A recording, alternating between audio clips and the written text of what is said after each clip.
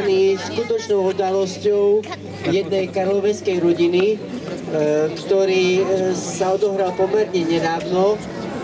Práve ten dar dieťaťa bolo to, čo oni veľmi potrebovali, a otec, keď si už nevedel rady, tak teda manžel išiel do Mariánky a tam napriek tomu, že do kostola nechodieval, tak si dokázal, Pán Boh mu doprial, že vyprosil si dieťa. A tento príbeh možno niekedy pre nás aj trošku povzbudením, inšpiráciou, že niekedy, aj keď možno tie naše rodiny nie sú také nejaké ideálne a niekedy nás prevádzajú rôzne ťažkosti, tak tie ťažkosti, ako mala svätá rodina, tak oni sa podobné a v rôznych obmenách sa s nimi stretávame aj tu na našom sídlisku a všade tam, kde bývame. Tak možno, aby sme to trošku lepšie prežili, tak krátko poprosme o príhovor Pannu Máriu. V mene Otca i Syna i Ducha Svätého. Amen. Zdravá z Mária, milosrdná.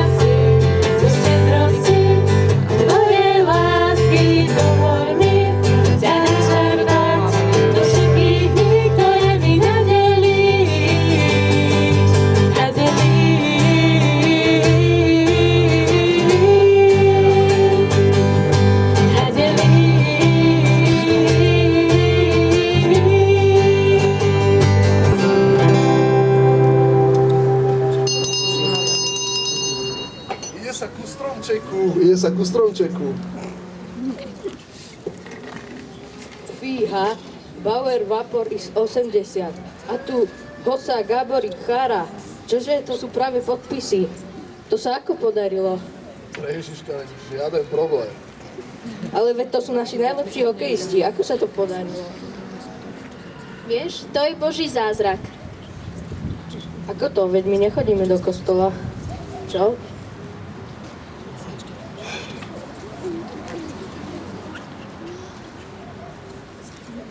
Mama má vždycky pravdu, čo ti poviem na to? No vieš, pravdu povediac, s nami dvoma už to bolo dosť katastrofálne. Stále sme sa hádali a no, nemohla som to už s tvojim otcom vydržať. Ja som bol tiež celkom hotový. Vieš čo, ale jedného dňa som jednoducho už nevedel ani prečo, ale jednoducho som šiel do Mariánky, do kostola a klakol som si tam a modlil som sa: Bože, ak si, ak jednoducho si tam niekde, prosím ťa, správ zázrak a daj nám syna. A aj Pannu Máriu, Panenka Mária, prosím ťa, vyslíš ma, a keď Bože, prosím ťa, keď si jej doprial takto toho syna a spravil si tento zázrak, tak prosím ťa, daj, aby aj moja žena po tých dlhých 7 rokoch proste mohla počať to dieťa a zachránilo to vlastne aj náš tento vzťah, lebo naozaj nechcem o ňu prísť. Potom sa stal zázrak? No presne o 9 mesiacov si prišiel ty na svet. No a odvtedy každý rok si tvoj otec číta z Biblie, zo Svätého písma o tom, ako Márii sa narodil syn Ježiš. No a tohto roku to prečítam nahlas, aj pre vás.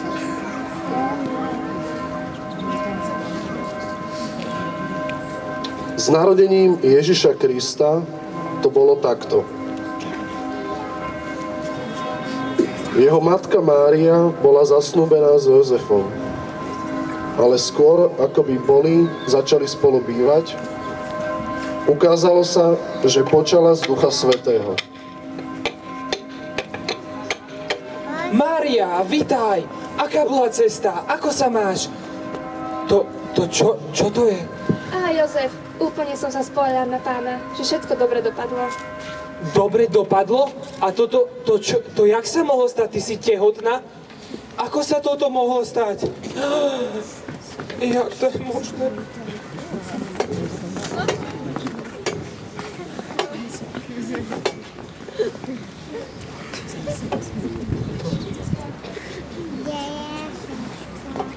Je to možné? Jak sa to mohlo stať?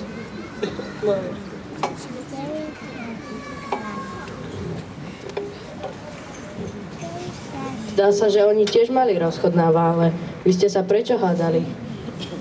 Vieš, otec bol stále na cestách, robil šoféra nejakému ministrovi a no, on si užíval rýchle autá, hotely, hostiny, cestovanie po celom Slovensku a okolí a ja som bola doma sama. No, nevyrušuj, čítam ďalej. A ako o tom uvažoval, zjavil sa mu vo sne Pánov anjel a povedal: Jozef, syn Dávida, neboj sa prijať Máriu, svoju manželku, lebo to, čo sa v nej počalo, je z Ducha Svätého. Pána porodí syna a dáte mu meno Ježiš.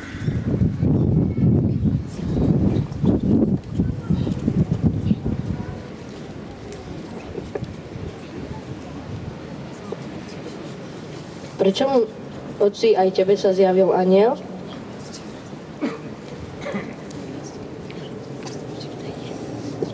Nie, mne sa žiaden anjel nezjavil, ale vieš, ono to bol taký zvláštny pocit, ktorý má človek, že zrazu musí niekam ísť a ani nad tým nerozmýšľa a jednoducho zrazu som sa ocitol v kostole a ani neviem prečo, lebo už v kostole som bol asi naposledy na kamarátovej svadbe pred 20 rokmi. No, budem čítať ďalej. Keď sa Jozef prebudil, urobil, ako mu prikázal Pánov anjel a prijal svoju manželku. Ale nepoznal ju, kým neporodila syna a dal mu meno Ježiš.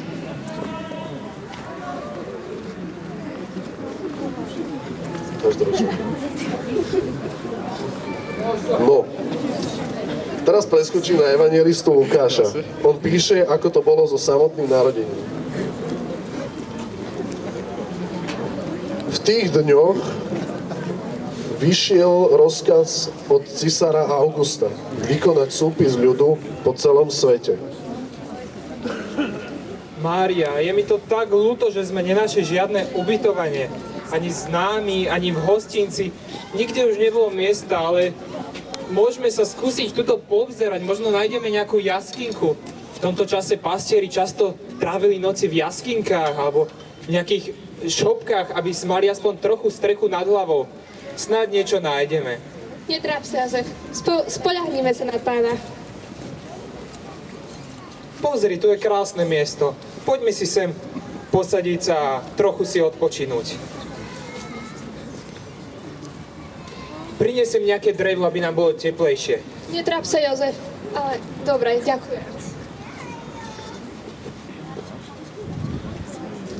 Zatiaľ v maštálke.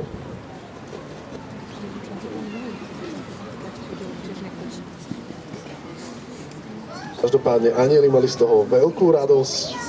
V nebesiach zavládla sláva a radosť.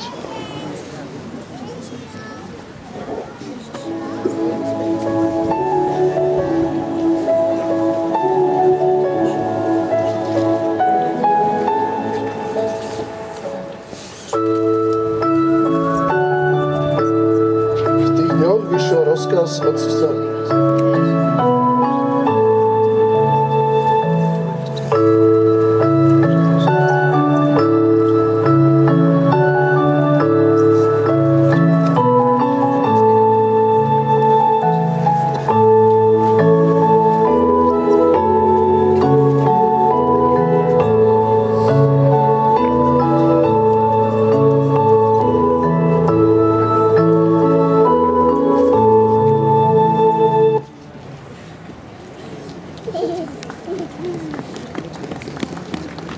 Priniesol som drevo, už som bol nasekať, zakúrime si, bude nám teplo. Zdalo sa mi, ako keby tu anielská hudba hrala, ako keby nebo zostúpilo k nám. Jozef, ale dnes naozaj zostúpilo nebo na zem. Pozri, obidva sme počuli od anielov, že sa má volať Ježiš. Ježiško, Ješua, aký je krásny a pokojný. Si v poriadku? Nepotrebuješ pomoc? Áno, neboj sa, v poriadku. Poď si sem posadiť. Krásny je.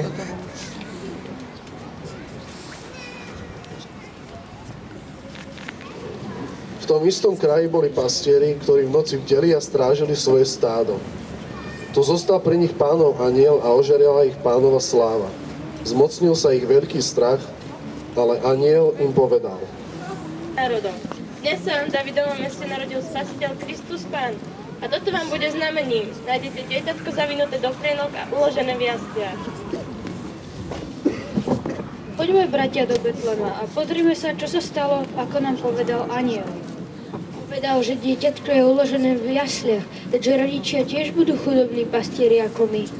Mali by sme im niečo priniesť. Ja im prinesiem najkrajšiu z mojich ovečiek. Najkrajšiu z mojich kozičiek. Ja donesiem moju najobľúbenejšiu píšťalku malému pastierikom. A hneď sa k anjelovi pripojilo množstvo nebeských zástupov.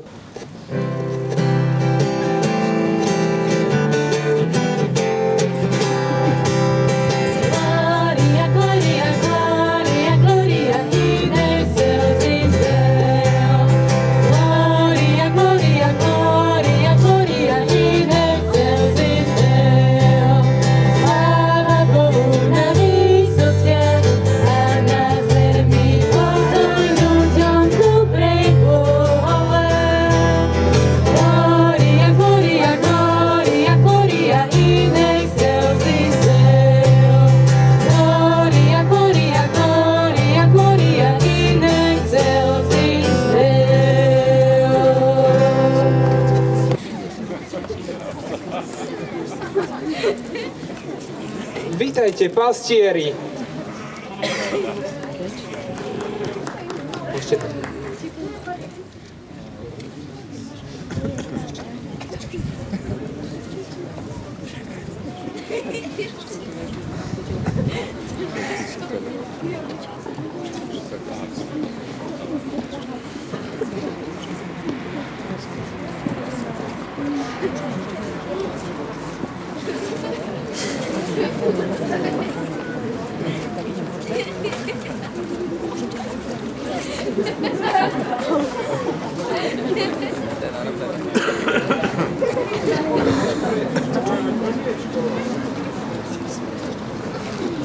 Ešte prečítam o tom, ako prišli traja múdrci od východu.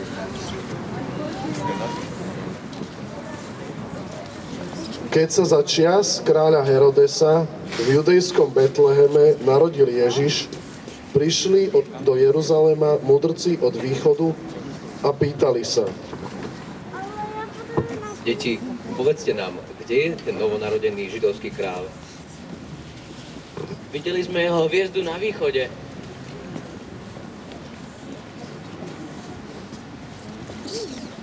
Videli ste ho niekde?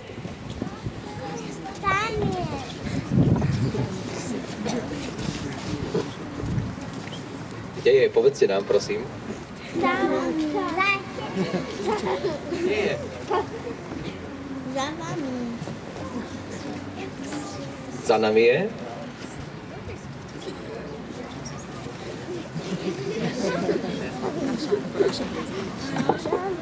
Keď to počul kráľ Herodes, rozrušil sa a celý Jeruzalém s ním.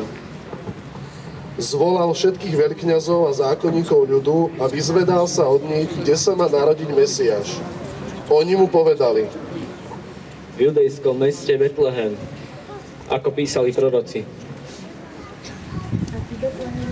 A ty, Betlehem, v judejskej krajine, nijako nie si najmenší medzi poprednými mestami Judei, lebo z teba vyjde vojvoda, ktorý bude spravovať môj ľud Izrael. Tu si dal Herodes potajomky zavolať mudrcov a podrobne sa ich povypytoval, kedy sa im zjavila hviezda. Potom ich poslal do Betlehema a povedal: Choďte a dôkladne sa vypytujte a keď ho nájdete, príďte mi povedať, aby som sa aj ja mohol ísť pokloniť. Oni kráľa vypočuli a odišli. A hľa, hviezda, ktorú videli na východe, išla pred nimi, až sa zastavila nad miestom, kde bolo dieťa.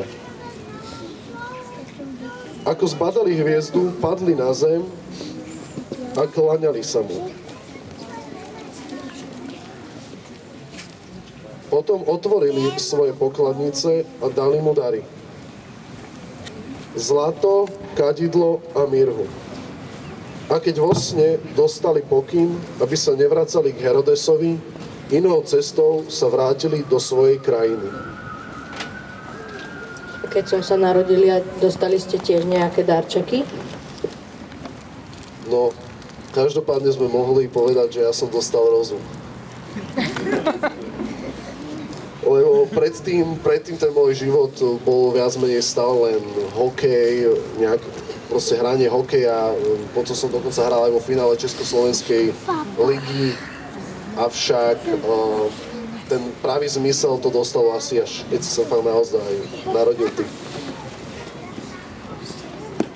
Pravdu povediaca, ja som sa veľmi zmenila, lebo najprv, ako som vravila, mi liezol na nervy tvoj otec, náš byt.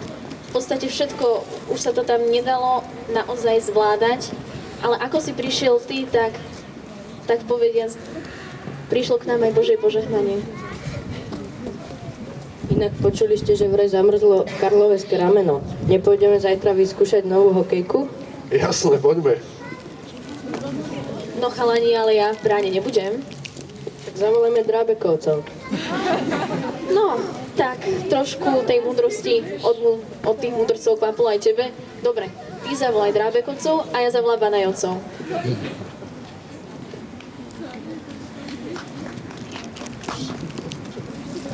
No a na Vianoce sú naozaj tým najkrajším časom na svete a deti sú ten najväčší poklad, aký sme mohli od Boha dostať.